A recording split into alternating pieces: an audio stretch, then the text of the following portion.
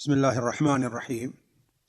الحمد لله رب العالمين، وصلى الله على نبينا محمد وعلى آله وأصحابه أجمعين. پیارے بھائیو ساتھیو، السلام علیکم ورحمۃ اللہ وبرکاتہ۔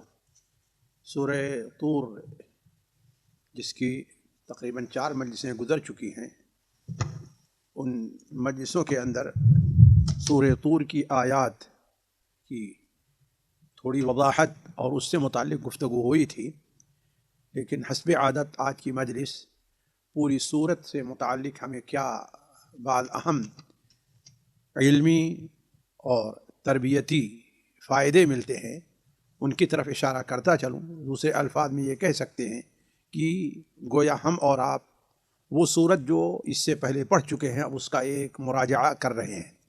دیکھیے، سب سے پہلی چیز جسے ہمیشہ ہمیں اور آپ کو سامنے رکھنا چاہیے، اور بدقسمتی سے آج یہ چیز لوگوں کے ذہن میں بہت کم ہے، وہ یہ ہے کہ آخرت پر ایمان کی اہمیت اور عظمت۔ آپ دیکھ رہے ہوں گے کہ جتنی صورتیں آپ اس سے پہلے پڑھتے جا رہے ہیں اس میں آخرت، اس کی ہولناکی، اس میں پیش آنے والے جو ہولناکیاں ہیں ان کا ذکر کس تفصیل سے ہوتا ہے، جو اس بات کی دلیل ہے کہ ایک مومن کو اپنی زندگی میں اس چیز کو ہمیشہ اپنے سامنے رکھنا چاہیے۔ تو آخرت پر عظمت اور اس کی اہمیت کیوں؟ اس لیے کہ اس صورت کے اندر دیکھیں، اللہ تبارک و تعالی نے 5 عظیم چیزوں کی قسم کھائی ہے، اور کس بات پر؟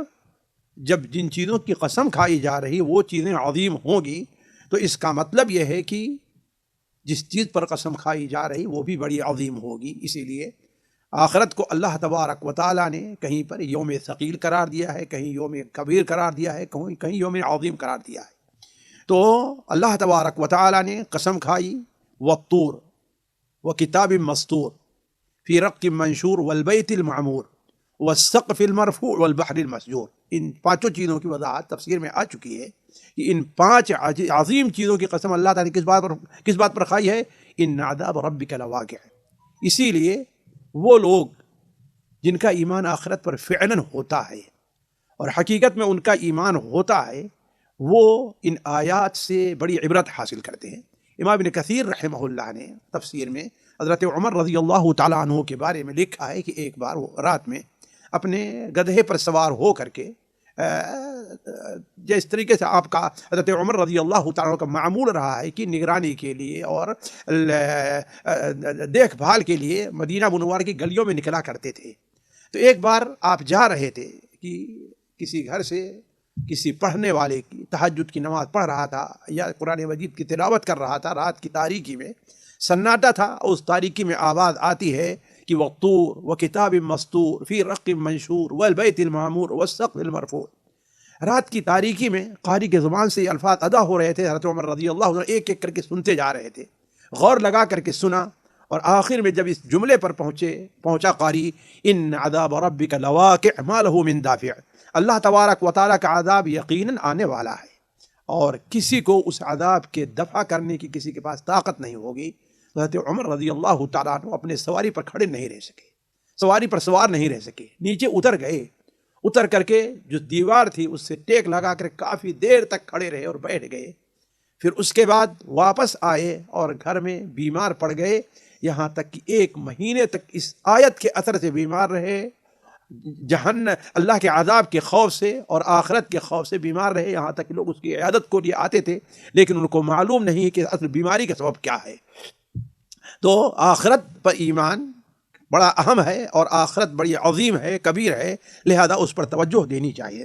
دوسرا بہت بڑا فائدہ یہ ہے کہ اللہ تبارک و تعالیٰ کے اس دنیا میں جو گھر ہیں وہ مساجد کی شکل میں ہیں، وہ خانہ کعبہ کے ارد گرد جو مسجد اس کی شکل میں ہے، ان کی اصل آبادی عبادت اور اللہ کے ذکر سے ہے۔ یہ ہے اصل اس کی تعمیر، اگرچہ اس کی تعمیر اگر ظاہری تعمیر، مادی تعمیر کی جائے تو یہ چیز بھی بڑے فائدے اور بڑے ثواب کی ہے، لیکن اصل تعمیر، اصل جو آباد رکھا جائے گا وہ اللہ تعالیٰ کے گھر کو، وہ کس طریقے سے ہے؟ اللہ تبارک و تعالیٰ کے ذکر سے۔ اسی لیے وہ بیت جسے بیت معمور کہا گیا ہے، اس کی قسم اللہ تعالیٰ نے کھائی کہ والبیت المعمور، اس بیت المعمور سے متعلق اللہ کے پچھلی مجلس میں ہم نے ذکر کیا تھا یا اس سے پہلے والی کہ اللہ کے رسول صلی اللہ علیہ وسلم نے ارشاد فرمایا کہ روز آنا اس گھر کا طواف، اسے معمور کیوں کہتے ہیں؟ معمور یعنی جس کی تعمیر ہوئی ہو، جو آباد ہو، اسے معمور کیوں کہتے ہیں؟ اس کی ایک تفسیر یہ بھی ہے کہ روز آنا اس گھر کا طواف 70,000 فرشتے کرتے ہیں، اور ایک بار جو فرشتہ طواف کر لیتا ہے دوبارہ اس گھر کے طواف کی اس کو موقع نہیں ملتا، یعنی گویا کہ وہ ہمیشہ آباد ہے، ہمیشہ وہاں پر اس کی اللہ کی عبادت کی جا رہی ہے۔ تو اس لیے بعض علماء نے اس سے یہ معنی لیا ہے کہ اصل تعمیر اور اصل آبادی کسی بھی اللہ کے گھر کی یہ ہے کہ اسے اللہ تبارک و تعالیٰ کی نماز اور ذکر سے آباد کیا جائے، اور ایسا ہو کہ وہ ہر وقت آباد رہے۔ اسی طریقے سے یہ بات ہمیشہ آپ کو ذہن میں رکھنی چاہیے، اور ایمان اور حق الیقین تک ہمیں اور آپ کو اس پر ایمان ہونا چاہیے کہ بندہ کتنی بھی قوت اور صلاحیت کا حامل ہو جائے، وہ مالی طور پر کتنی بھی قوت اس کے پاس ہو، وہ جسمانی طور پر کتنی بھی قوت کا حامل ہو جائے، وہ حجت اور بیان کے طور پر کتنی بھی قوت کا مالک ہو جائے، لیکن اللہ تبارک و تعالیٰ کے عذاب کو وہ روک نہیں سکتا۔ کوئی بھی وہاں نہ کسی کو حجت کام آئے گی، نہ کسی کا مال کام آئے گا، اور نہ کسی کا خاندان وہاں پر کام آنے والا ہے۔ اسی لیے اللہ تبارک نے قرآن مجید میں اس کی بڑی واضح طور پر نفی کر دی ہے کہ انفقوا من قبل ان یأتی یوم لا بیع فیہ ولا خلۃ ولا شفاعہ، یعنی کسی بھی قسم کا کوئی سودا وہاں پر نہیں ہوگا کہ کوئی شخص اپنے سے اللہ کے عذاب کو دور کر دے۔ ان عذاب ربک لواقع، دیکھیے کتنی تاکید سے اللہ تعالیٰ ایک تو تاکید انا کے لیے لایا، پھر اس کے بعد خبر پر لواقع لام تاکید کو ذکر کر کے کس تاکیدی انداز بیان، ان عذاب ربک لواقع، اور صرف اسی پر نہیں، ما لہ من دافع، تیسری بار یہ تاکید کی کہ اس عذاب کو دور کرنے والا اور دفع کرنے والا کوئی نہیں ہے، کسی کے پاس ایسی طاقت نہیں جو اللہ تبارک و تعالیٰ کے عذاب کو دفع کر دے۔ اور آج اس دنیا میں اس کی آپ ایک ادنا ایسا مظہر آپ اس کو دیکھتے ہیں کہ آج بڑے بڑے ملک کس قدر ترقی کر چکے ہیں، آپ ان کی ترقی کے آپ خود بھی گن گاتے رہتے ہیں، اور خود آپ فردن ہیں یا حکومتن ہیں یا جماعتن ہیں ان کی ترقی سے آپ ڈرتے رہتے ہیں، لیکن اللہ تبارک و تعالیٰ کی طرف سے جب زلزلے آتے ہیں، سیلاب آتا ہے، طوفان آتا ہے، آگ لگتی ہے، تو ان کے پاس خود اپنی جو طاقت ہے وہ ساری کی ساری دھری رہ جاتی ہے، کوئی چیز کام نہیں آتی۔ تو جب یہ اس عذاب کا معاملہ ہے، اللہ تعالیٰ کی اس نشانی کا معاملہ ہے جو اس دنیا میں پیش آ رہی ہے، اور دنیا کے ایک کونے اور ایک جز میں پیش آ رہی ہے، اس کو کوئی دفع نہیں کر سکتا ہے، تو جب وہ عذاب عظیم آئے گا تو اس کو دفع کرنے کی کس کے پاس طاقت ہوگی؟ اس لیے اس مومن کو اس دن کے عذاب سے نہ صرف زبانی خوف کھانا چاہیے بلکہ اس کے لیے تیاری کرنی چاہیے۔ ایک بات اور ہے جو بہت غور کرنے کی ہے، وہ یہ ہے کہ آیت نمبر 11 اور 12 آپ لے لیں، اللہ تعالیٰ فرماتا ہے فویل للمکذبین الذین هم فی خوض یلعبون۔ اس آیت کے اندر جو لوگ باطل پرست ہیں، وہ لوگ جنہیں جہنم کے عذاب کی دھمکی دی گئی ہے، وہ لوگ جنہیں ڈانٹ پھٹکار کر کے زبردستی جہنم میں ڈھونسا جائے گا، وسیق الذین کفروا الی جہنم زمرا حتی اذا جاؤوها فتحت ابوابها وقال لهم خزنتها، دروازہ کھلا انہیں اندر ڈال دیا گیا، یوم یدعون، جیسا کہ آگے فرمایا یوم یدعون الی نار جہنم دعا۔ یہ ان کی صفات کیا ہیں؟ اللہ تعالیٰ نے جو ان ظالموں کی، مجرموں کی جو صفات بیان کی ہیں، اس بیان کرنے کا ایک بہت بڑا مقصد یہ ہے کہ جو اللہ پر ایمان لانے والے ہیں، آخرت پر ایمان لانے والے جو لوگ ہیں، ان صفات سے اپنے آپ کو بچائیں، ان صفات کے اندر واقع ہونے میں اپنے آپ کو ان سے دور رکھیں۔ تو ان کی دو صفت بیان کی گئی ہے، اور وہ کیا ہے؟ الکذب، جھوٹ بولنا۔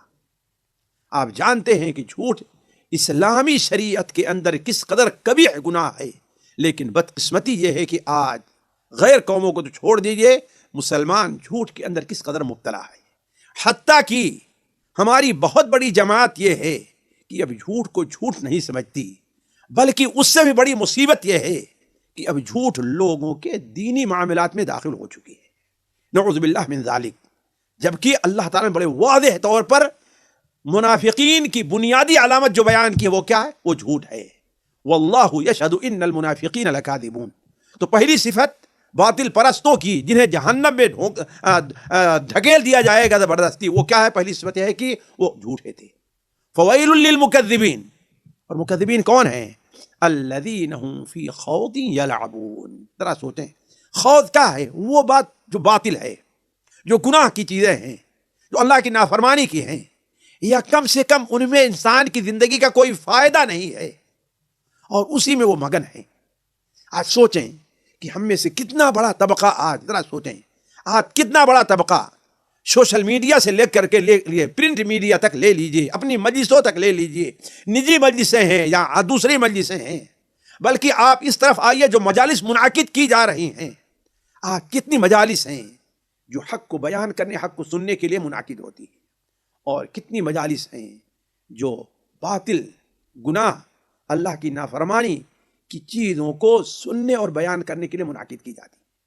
اور حیرت کی بات تو یہ ہے، بسا اوقات وہ مجلس ہے جس میں لاکھوں لوگ، اگر میں کروڑوں نہ کہوں لاکھوں لوگ جس میں صرف نہ حاضر ہوتے ہیں، ان میں یعنی مشاہدہ اس کا کرتے ہیں جس طریقے سے ہو، اور اس میں ایک ایسی باتیں فحش کی، گناہ کی بیان کی جاتی ہیں، اور وہ بھی لڑکوں اور لڑکیوں کے تناظر میں، کہ ایک شریف آدمی نہ ہو بلکہ ایک گنہگار آدمی بھی ان کے ذکر سے شرماتا ہے.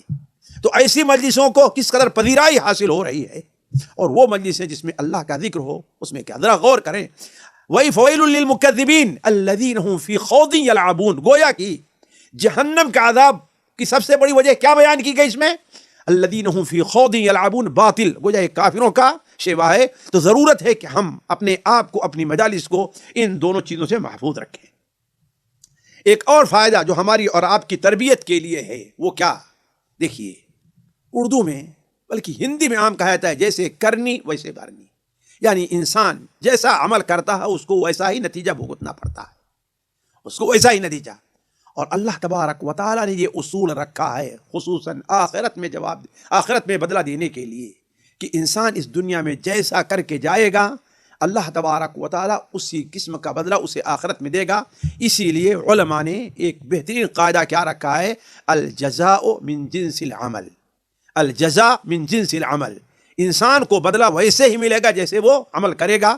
مسند احمد میں نبی کریم صلی اللہ علیہ وسلم کی حدیث ہے، من ترک شیئا للہ.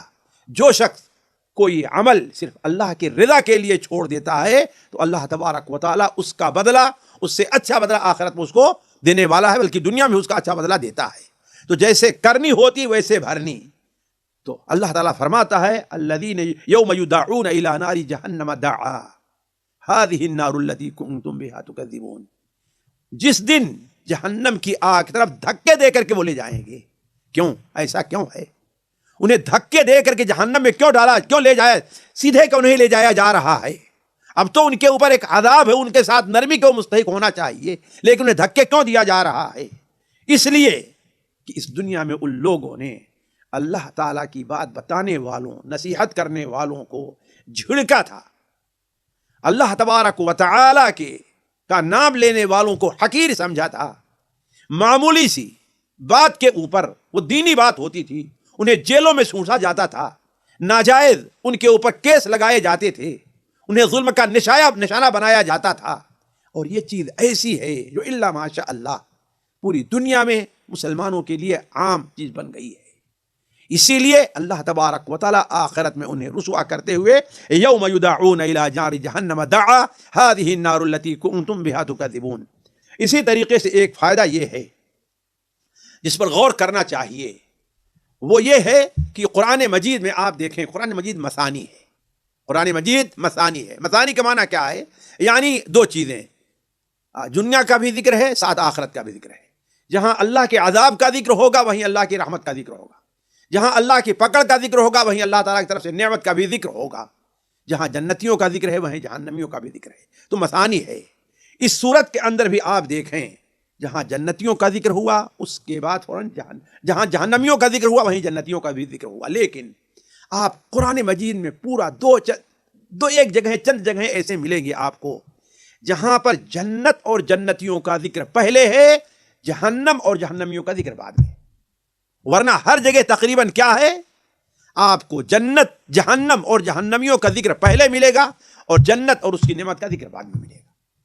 یہاں پر بھی دیکھ لیجئے، یوم یدعون الی نار جہنم دعا هذه النار التي كنتم بها تكذبون افسحر هذا ام انتم لا تبصرون اصلوها فاصبروا او لا تصبروا سواء عليكم انما تجزون ما كنتم تعملون ان المتقين في جنات ونعيم۔ یہاں پر اس طرح دیکھتے جائیں پورے قرآن میں، اس سے ہمیں کیا سبق ملتا ہے ساتھیوں؟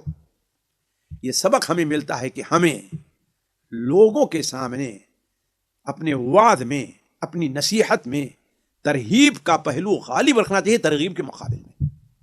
کیوں؟ وجہ کیا ہے؟ وجہ کیا ہے؟ اس لیے کہ انسان عمل جو کرتا ہے ترغیب سے زیادہ کرتا ہے ڈر کر کے لالچ کے مقابل میں۔ ایک مزدور ہے، اگر اسے صرف یہ رہے کہ اگر وہ ایک دن کام پر نہیں گیا تو اس کی تنخواہ نہیں ملے گی، کوئی بات نہیں، وہ چھٹی کر لے گا، لیکن اگر اسے یہ ڈر ہے کہ اسے تنخواہ بھی نہیں ملے گی، اس کا اور پیسہ مزید کاٹا جائے گا اور خطرہ ہے کہ اسے نکال بھی دیا جائے گا، تو وہ کام کو چھوڑے گا نہیں، بیمار ہے پھر بھی کام پر جائے گا۔ تو ترغیب کا پہلو کیا ہے قرآن مجید میں غالب ہے، اس لیے اس کا ذکر آپ دیکھیں قرآن مجید میں زیادہ ہے۔ ساتواں یا چھٹا فائدہ کہ تقوی کی اہمیت، ان المتقین فی جنات ونعیم۔ تقوی کی اہمیت کیوں؟ بلکہ اصل میں دیکھیں تو تقوی ہی کی بنیاد پر انسان کو جنت ملنے والی ہے۔ ہم جنت کے حقدار کب بنیں گے؟ جو ہمارے اندر تقوی ہوگا۔ پھر جنت کے جو درجات ہیں، ہم تقوی میں جس قدر اوپر ہوں گے ایسے ہی درجات ہمارے جنت میں بلند۔ اس لیے دیکھیں قرآن مجید میں جگہ جگہ اللہ تعالیٰ نے اس حقیقت کو واضح کیا ہے۔ یہاں کیا فرمایا؟ ان المتقین فی جنات ونعیم۔ ایک جگہ فرمایا جنت اعدت للمتقین مثل الجنت التي وعد المتقون۔ آیات بے شمار ہیں۔ اس کا مفہوم کیا نکلتا ہے ساتھیوں؟ ہمیں کیا سبق مل رہا ہے؟ کہ ہم کوشش کریں کہ ہمارے اندر تقوی کی صفت پیدا ہو، وہ تقوی جس کی دعوت دینے کے لیے تمام انبیاء اس دنیا میں آئے۔ الا تتقون، نوح علیہ السلام نے کہا، ہود نے کہا، صالح نے کہا، اور نبی کریم صلی اللہ علیہ وسلم تو اپنے ہر خطبے میں ہمیں اور آپ کو تقوی کی دعوت دیا کرتے تھے۔ دیکھیے ساتواں فائدہ، اس کی طرف ہم نے تفسیر میں وضاحت کی تھی لیکن دوسری بار سن لیں، اس لیے کہ اس سلسلے میں بعض لوگوں کو تھوڑی سی غلط فہمی رہتی ہے۔ اللہ تبارک و تعالیٰ کے ایک اصول ہے، وہ کیا؟ لیس للانسان الا ما سعی، یعنی انسان کو وہی کچھ ملے گا جو اس نے عمل کیا ہے، یعنی کسی دوسرے کا عمل اسے فائدہ نہیں دے گا۔ لہذا انسان کو اولاً اعتماد یہ کرنا چاہیے کہ اسے وہ کون کون سے عمل اس کے ہیں جو اس کی وفات کے بعد بھی اسے فائدہ پہنچا رہے ہیں، اور یہ بڑی اہم چیز ہے۔ اس لیے نبی کریم صلی اللہ علیہ وسلم نے اس کی طرف ہماری اور آپ کی توجہ بھی دلائی ہے۔ آپ نے فرمایا اذا مات ابن آدم انقطع عمله الا من ثلاث، جب آدم کا انتقال ہو جاتا ہے تو اس کے اعمال کا سلسلہ بند ہو جاتا ہے۔ الا من ثلاث، ہاں تین ہے سلسلہ رہے گا، اور یہ تینوں سمجھے اصل میں اس کے ہی اعمال ہیں۔ وہ کیا؟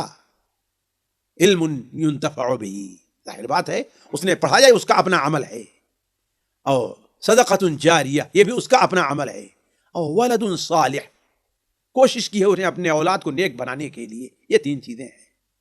تو اصل یہ ہے کہ انسان کو، جیسے اللہ تعالیٰ نے فرمایا وَأَن لَيْسَ لِلْإِنسَانِ إِلَّا مَا سَعَىٰ وَأَنَّ سَعْيَهُ سَوْفَ يُرَىٰ، جیسا کہ اس سے پہلے گزر چکا ہے۔ لیکن کچھ اعمال ایسے ہیں کہ بندے کو دوسروں کے عمل کا بھی ثواب پہنچتا ہے، دوسروں کے عمل کا بھی فائدہ، ثواب بلکہ فائدہ پہنچتا ہے۔ اس کا ایک مظہر اس صورت کے اندر پایا جا رہا ہے۔ اللہ تعالیٰ فرماتا ہے والذین آمنوا واتبعتهم ذریتهم بإیمان الحقنا بهم ذریتهم وما التناهم من عملهم من شیء کل امرئ بما کسب رہین۔ جو لوگ ایمان لے آئے اور ایمان ہی پر ان کی ذریت نے ان کی اتباع کی، ان کی اولاد نے ان کی اتباع کی، تو الحقنا بہم ذریتہم، اگرچہ ان کی ذریت کا ایسا عمل نہیں ہوگا جو ان کے عمل کے برابر ہو۔ باپ ہو سکتا ہے نہایت ہی نیک اور صالح ہو، اللہ کا ولی ہو، لیکن اولاد اس مقام کو نہیں پہنچی. تو شرط یہ ہے کہ اگر اولاد کے اندر بھی دو چیزیں پائی جائیں، ایک کیا، ایک تو ایمان ہو اور دوسری عمل صالح، یا یہ کہہ لیجئے کہ ایمان اصطلاحی ہو، جو علماء کے نزدیک ایمان ہے کہ دل سے ماننا، زبان سے اقرار کرنا اور عادت سے عمل کرنا. تو حقیقی ایمان ہے تو اللہ تبارک و تعالیٰ انہیں ایک مقام پر پہنچا دے گا. اس طریقے سے اور بھی بہت سی چیزیں ہیں. 8ویں چیز ساتھیوں، اس صورت سے ہمیں جو ایک فائدہ ملا ہے، اللہ تبارک و تعالیٰ نے ان مومنین کا ذکر جنت میں جائیں گے اور ایک دوسرے کے آمنے سامنے مسحریوں پر بیٹھے ہوئے ہیں اور دنیا کا تذکرہ ہوگا. ایک دوسرے سے پوچھیں گے ارے بھائی تم دنیا میں کیا کرتے رہے، تمہیں یہ مقام ملا، تمہیں یہ ملا، ایسا ملا. تو ان میں جنت میں اعلیٰ مقام کے لیے ایک وجہ ان لوگوں نے یہ بھی بیان کریں گے، انا کنا قبل فی اہلنا مشفقین، ہم دنیا میں تھے نا یہاں آنے سے پہلے اللہ تبارک و تعالیٰ کا خوف رکھتے تھے. اللہ کا خوف ہمارے اندر پایا جاتا تھا، جس کے عوض اللہ تعالیٰ نے ہمیں یہ مقام دیا. اس سے معلوم اللہ تعالیٰ کا خوف، اللہ تعالیٰ کی خشیت، یہ ہمارے اندر کیسے پیدا ہو اور کیسے رہے، اس چیز کو ایک مومن کو اپنے دل کے اندر پیدا کرنا چاہیے. آج ہمارے اندر سے اس مادیت کے دور میں آج یہ چیز بہت سے لوگوں سے ختم ہوتی جا رہی ہے کہ اللہ تبارک و تعالیٰ کی خوف اور خشیت تقریباً بہت سے لوگوں میں ناپید پائیں گے. اسی لیے گناہوں کا ارتکاب بہت زیادہ ہو رہا ہے. تو وجہ اس کی کیا ہے؟ اللہ تعالیٰ کا خوف نہیں ہے. اسی لیے ہمارے نبی صلی اللہ علیہ وسلم نے ارشاد فرمایا، لا اجمع، اللہ تعالیٰ فرماتا ہے، لا اجمع لعبدی امنین ولا خوفین، میں اپنے بندے کے لیے دو امن اور دونوں خوف جمع نہیں کروں گا. اگر اس دنیا میں مجھ سے امن میں رہا ہے، یعنی مجھ سے ڈرا نہیں، تو آخرت میں مجھ سے خوف لاحق ہوگا. اور اگر دنیا میں مجھ سے خوف کھاتا رہا ہے، مجھ سے خوف کھاتا رہا ہے، ڈرتا رہا ہے ہمارے عذاب سے، اور جانتے اللہ تعالیٰ سے خوف کھانے میں دو چیزیں داخل ہیں میرے عزیزوں، اس پر توجہ دینی چاہیے. اور قرآن مجید دونوں کا ذکر ہے، ذالک لمن خاف مقامی و خاف وعید. دیکھیں اللہ نے دو چیزیں بیان فرمائی، لمن خاف مقامی و خاف وعید. ایک خوف اللہ تعالیٰ کا خوف ہے، اللہ کی عظمت، اللہ کے جلال کا خوف، اور دوسرا خوف ہے اللہ تعالیٰ کے عذاب کا. یہ دو خوف ہیں. جب بندے کے اندر یہ دونوں خوف پیدا ہو جائیں تو ظاہر بات ہے وہ کیا ہوگا، وَلِمَنْ خَافَ مَقَامَ رَبِّهِ جَنَّتَانِ. تو کہنے کا مطلب یہ ہے کہ اللہ تعالیٰ فرماتا ہے حدیث قدسی میں کہ میں اپنے بندے کے لیے دو خوف اور دو امن جمع نہیں کروں گا. اگر دنیا میں مجھ سے امن میں رہا تو آخرت میں مجھ سے خوف کھائے گا، اور اگر دنیا میں مجھ سے خوف کھاتا رہا، اللہ تعالیٰ ہم تمام لوگوں کو اس دنیا کے اندر اپنے سے خائف اور اپنی خشیت رکھنے والا بنائے. تو اگر خوف کھاتا رہا تو ہم آخرت میں اسے امن میں رکھیں گے. 9واں کام، دعات اور دین کا کام کرنے والوں کے لیے پیغام کہ لوگوں کے اعتراضات، ان کی بدسلوکیاں، ان کی ایذا رسانیاں انہیں دعوت کے کام چھوڑنے پر مجبور نہ کریں. انہوں نے بیڑا اٹھا لیا جیسا کہ انبیاء نے بیڑا اٹھایا، تو ایک بار جب کھڑے ہو گئے تو دوبارہ اس کام کو چھوڑ کر کے بیٹھے نہیں ہیں. جیسا کہ امام ابن کثیر رحمہ اللہ یا ایھا المدثر کی تفسیر میں بیان فرماتے ہیں کہ اللہ تعالیٰ جب نبی صلی اللہ علیہ وسلم کو حکم دیا یا ایھا المدثر قم فانذر، تو آپ صلی اللہ علیہ وسلم آخری عمر تک بیٹھے نہیں. آپ کو جو ایذا پہنچائی گئی، جو رکاوٹیں آپ کے سامنے کھڑی گئی، مختلف قسم کی رکاوٹیں، لیکن کوئی رکاوٹ آپ صلی اللہ علیہ وسلم کے سامنے ایسی حالت نہیں پیش کر سکی کہ آپ اللہ تبارک و تعالیٰ کی دعوت دینے سے رک جائیں. اور یہی چیز ہے جو اللہ تعالیٰ فرماتا ہے، فذکر فما انت بنعمت ربک بکاہن ولا مجنون. لوگ آپ کو کاہر کہیں، لوگ آپ کو مجنون کہیں، لوگ آپ کو جھوٹا کہیں، لیکن فذکر کا جو فریضہ ہے آپ اسے چھوڑیے نہیں، وہ آپ کرتے رہیے، آپ کا کام ہے اور وہ ان کا کام ہے جو آپ کر رہے ہیں. ایک دن آنے والا ہے جب اللہ تعالیٰ آپ دونوں کو اپنے سامنے حاضر کرے گا. ثم انکم بعد ذلک لمیتون ثم انکم یوم القیامۃ عند ربکم تختصمون. ہمیشہ سے اللہ تبارک و تعالیٰ کی یہ سنت رہی ہے کہ اللہ کے مصلحین اور دعوت کے مخالفین میں ٹکراؤ رہا ہے. ہمیشہ سے ستیہ ذکار رہا ہے، عدل سے تا امروز، چراغ مصطفی سے شرار بولا بھی، یہ ہمیشہ رہا ہے. جب سے اللہ تعالیٰ نے حتیٰ کہ آدم علیہ السلام کو پیدا فرما کے جنت میں رکھا، اسی وقت سے شیطان نے بغاوت، دشمنی اور مخالفت کا بیڑا اٹھا لیا. تو ہمیشہ سے رہا ہے، لیکن اللہ کے بندے اپنی آنکھوں سے دعوت کے مخالفین کی رسوائی اور برا انجام دیکھ لیتے ہیں. عموماً اگر وہ نہیں دیکھتے تو ان کے پیروکار ضرور دیکھ لیتے ہیں. اس لیے آج بھی جو لوگ یہ کام کر رہے ہیں، دعوت کی مخالفت کر رہے ہیں، دعوت کے سامنے رکاوٹ ڈال رہے ہیں، تو دعات کو اپنا کام چھوڑنا نہیں چاہیے، خصوصاً توحید اور اتباع سنت کی دعوت، اسلام کی دعوت. اور وقت نہیں دور نہیں جائے گا کہ انجام دیکھ لیں گے کہ ان لوگوں کا انجام کیا ہوگا جو اس راستے میں رکاوٹیں کھڑی کر رہے ہیں. ام یقولون نتربص ریب المنون قل تربصوا فانی معکم من المتربصین. ایک اور چیز پر ذرا توجہ دیں کہ اللہ تبارک و تعالی نے ام تأمرهم احلامهم بهذا ام هم قوم طاغون، جن لوگوں نے نبی صلی اللہ علیہ وسلم مخالفت کی، آپ کو مجنون کہا، آپ کو کاہن کہا، آپ کی مخالفت کرتے رہے، اللہ تعالیٰ فرماتا ہے ام تأمرهم احلامهم بهذا، کیا یہ جو آپ کے ساتھ کر رہے ہیں یہ ان کی عقل ان کو یہ بتا رہی ہے؟ ام هم قوم طاغون، نہیں، یہ بات نہیں ہے، بلکہ وہ لوگ طاغون حد سے بڑھنے والے. ساتھیو، یہاں سے ایک فائدہ نظر آیا، وہ یہ ہے کہ جب انسان کے مزاج کے اوپر شہوات کا قبضہ ہو جائے اور اس کی سوچ اور فکر صرف مادی دنیا پر، مادے پر مرکوز ہو جائے، تو اس کی اصل جو ہے، عقل کی جو ہے اصل خاصیت جو ہے وہ کام کرنا چھوڑ دیتی، اسے حق ناحق لگتا ہے، اسے باطل سچ لگتا ہے، اسے زہر بھی اچھی چیز لگتی ہے. تو آج جن لوگوں نے زیادہ مادیت پر گئے ہیں، آپ دیکھیں گے حتیٰ کہ ایمان کا دعویٰ کریں جو لوگ مادیت کے میں زیادہ ڈوب گئے ہیں، ان کی عقل کیا کام کرتی ہے کہ آج جو مسلمان اسلام کی دعوت ہے اس میں کمی کرنی چاہیے، اس کو چھوڑنا چاہیے. کیوں؟ اس لیے کہ ان کی عقل جو اصل ہونی چاہیے، اصل جو نعمت ہے وہ اس سے غافل ہو چکے ہیں. اسی طریقے سے ساتھیوں ایک اور چیز ہے، اللہ تبارک تعالیٰ فرماتا ہے ام تسألہم اجرا فہم من مغرم مثقلون. ام تسألہم اجرا، حق کے جو داعی ہیں انہیں ایک چیز ہمیشہ سامنے رکھنا چاہیے کہ دعوت کے میدان میں اپنے اندر وہ دو صفت ضرور پیدا کریں. ایک صفت تو یہ ہونی چاہیے کہ انہیں عزت نفس ہو، اور دوسری صفت یہ ہے کہ ان کے اندر سخاوت پائی جائے. اور نبی کریم صلی اللہ علیہ وسلم بلکہ انبیاء علیہ السلام نے اس میں پوری پائی جاتی تھی. جب آپ کے اندر عزت نفس پائی جائے گی تو آپ اپنی دعوت پر کسی سے کوئی معاوضہ کے طالب نہ ہوں گے، نہ امید رکھیں گے. اور جب دوسری صفت آپ کے اندر پائی جائے گی، لوگوں پر خرچ کرنا، لوگوں کی مدد کرنا، تو اس طریقے سے آپ لوگوں کے دل جیت لیں گے. یہ دو صفتیں ہیں داعی حق کے لیے بہت ضروری ہیں، اسی لیے اللہ تعالیٰ نے جگہ جگہ انبیاء کی یہ صفت بیان فرمائی ہے. قرآن کا ایک اسلوب ہے ساتھیوں، ایک فائدہ اور ہے کہ اللہ تبارک و تعالیٰ توحید ربوبیت سے توحید الوہیت پر استدلال کرتا ہے. یعنی توحید ربوبیت کیوں؟ اس لیے کہ عمومی طور پر مشرکین توحید ربوبیت کے قائل تھے، وہ یہ جانتے تھے کہ بارش صرف اللہ تعالیٰ برساتا ہے، وہ جانتے تھے کہ مارنا صرف اللہ تعالیٰ کا کام ہے، وہ جانتے تھے آسمان اور زمین کا مالک وہ ہے. قرآن مجید میں حقیقت جگہ جگہ بیان ہوئی ہے، بلکہ اللہ تعالیٰ نے تو یہاں تک فرمایا وَلَئِن سَأَلْتَهُمْ وَهُوَ يُجِيرُ وَلَا يُجَارُ عَلَيْهِ، اگر پوچھو تو وہ کون ذات ہے کہ وہ جس کو چاہے پناہ دے سکتی ہے، وَلَا يُجَارُ عَلَيْهِ، اور جس کو پناہ نہ دے اسے کوئی پناہ نہیں دے سکتا. تو سَيَقُولُونَ اللہ، وہ کہیں گے اللہ تعالیٰ.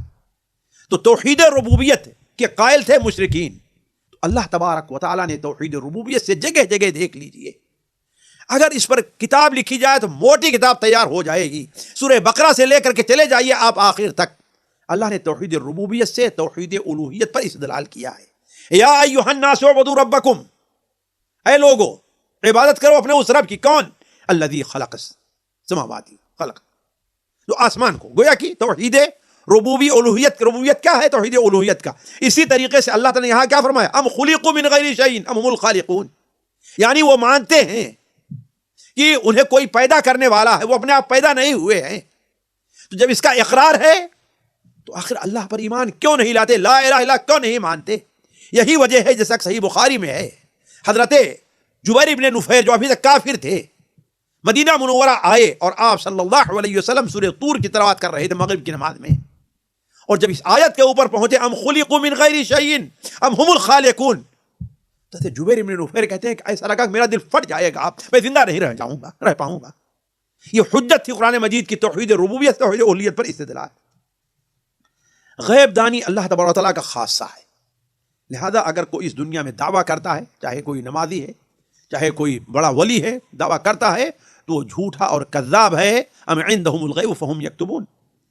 اہل حق کے سامنے حقیقت واضح رہنی چاہیے کہ دین خواہ کتنی ہی دین کے مخالفین خواہ کتنی ہی چالیں چلیں، کتنی بھی چالیں چل لیں، ام یریدون کیدا فالذین هم المکیدون، لیکن انہیں بھولنا نہیں چاہیے کہ اصل تو وہ چال میں پڑے ہوئے ہیں۔ اللہ تعالیٰ انہیں چال میں پھنسایا، جال میں پھنسا، کب آئے کہ شکار کر لیا جائے ان کا، وہ نہیں سمجھتے۔ ساتھیو اس طریقے سے باتیں تو بہت زیادہ ہیں، صرف آخر میں دو ایک فائدہ ذکر کر کے میں وقت، اس لیے کہ باتیں کافی ہو گئی ہیں۔ آخر میں اللہ تبارک و تعالی نے داعی کے لیے چند نصیحتیں کی، مفید نصیحتیں کی، اس پر ہمیں توجہ دینا چاہیے ایک مسلمان کو۔ پہلے فاصبر لحکم ربک، پہلی چیز کیا ہے؟ اللہ تبارک صبر اور حوصلہ سے کام لے، اس لیے کہ دعوت کا جو راستہ ہے بڑا شاق ہے جو صبر چاہتا ہے، اور بڑا طویل ہے جو حوصلہ چاہتا ہے۔ اس پر غور کریں۔ اسی لیے نبی کریم صلی اللہ علیہ وسلم پر اللہ کا بہت بڑا احسان یہ رہا ہے، الم نشرح لک صدرک، کیا ہم نے آپ کو شرح صدر نہیں کیا ہے، آپ کو حوصلہ نہیں دیا؟ تو پہلی چیز یہ ہے کہ داعی کو صبر اور حوصلہ سے کام لینا چاہیے۔ دوسری چیز فإنک بأعیننا، یہ ہمیشہ ذہن میں رکھنا چاہیے کہ اگر ہم اپنی دعوت میں حق پر ہیں، اپنی نیت میں ہم سچے ہیں، ہماری نیت میں ریا اور نمود و شخصیت کا ابھار نکھار کوئی دخل نہیں ہے، فإنک بأعیننا، گویا اللہ تبارک و تعالی ہمارے ساتھ ہے، اور اس پر توجہ رہنی چاہیے۔ اور تیسری بات، یہ چیزیں ہمارے اندر کیسے پیدا ہوں گی؟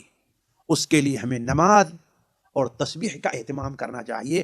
فسبح بحمد ربک، فسبح بحمد سبح بحمد ربک حین تقوم ومن اللیل فسبح وادبار النجوم۔ تو یہ تین چیزیں بڑی اہم ہیں۔ اور آخری فائدہ یا آخر سے پہلے کا فائدہ کہ مجلس سے، کسی مجلس سے برخاست ہونے کے وقت، مجلس سے اٹھنے کے وقت اللہ تبارک و تعالیٰ کی تسبیح کی اہمیت ہے۔ وسبح بحمد ربک حین تقوم۔ بہت سے علماء نے استدلال کیا ہے کہ جب بندہ اٹھنے لگے کسی مجلس سے تو اسے سبحان اللہ کہنا چاہیے، اور شاید نبی صلی اللہ علیہ وسلم کی جو دعا ہے، اور سنن ابو داؤد، سنن ترمذی وغیرہ میں ابو ہریرہ سے مروی ہے کہ آپ صلی اللہ علیہ وسلم نے ارشاد فرمایا، اگر کوئی شخص کسی مجلس میں بیٹھتا ہے اور بہت زیادہ ادھر ادھر کی باتیں ہوتی ہیں، اور اٹھنے سے پہلے اگر وہ دعا پڑھ لیتا ہے سبحانک اللہم بحمدک اشہد ان لا الہ الا انت استغفرک واتوب الیک، تو اس کا کفارہ ہو جاتا ہے۔ تو وسبح بحمد ربک حین تقوم، گویا کہ یہ ہماری مجلس کا ہونا چاہیے۔ اور آخری بات یہ ہے ساتھیو، آخری آیت سے سبح بحمد حین تقوم ومن اللیل فسبح وادبار النجوم، جب نجوم اور تارے چلے جائیں، کب؟ یعنی کہ فجر طلوع ہو جائے۔ اس سے بہت سے علماء نے، حضرت عبداللہ ابن عباس کا بھی ایک قول نقل کیا جا رہا ہے کہ اس سے مراد فجر کی سنت ہے۔ فجر کی سنت کی اہمیت ساتھیو بہت زیادہ ہے۔ آج ہم میں سے بہت سے لوگ اس میں کوتاہ ہیں، بہت سے لوگ کوتاہ ہیں۔ آپ فجر کی نماز سے فارغ ہوئے دیکھ کتنے لوگ ہیں جن کی فجر کی سنت چھوٹی ہوئی ہے اور آ کر کے بعد میں قضا کر رہے ہیں۔ میں یہ نہیں کہتا کہ وہ سنت کا قضا کرنا ناجائز ہے، نہیں، لیکن فجر کی سنت کا جو اصل فائدہ ہے، اصل جو ثواب ہے، وہ آپ اس سے محروم ہیں۔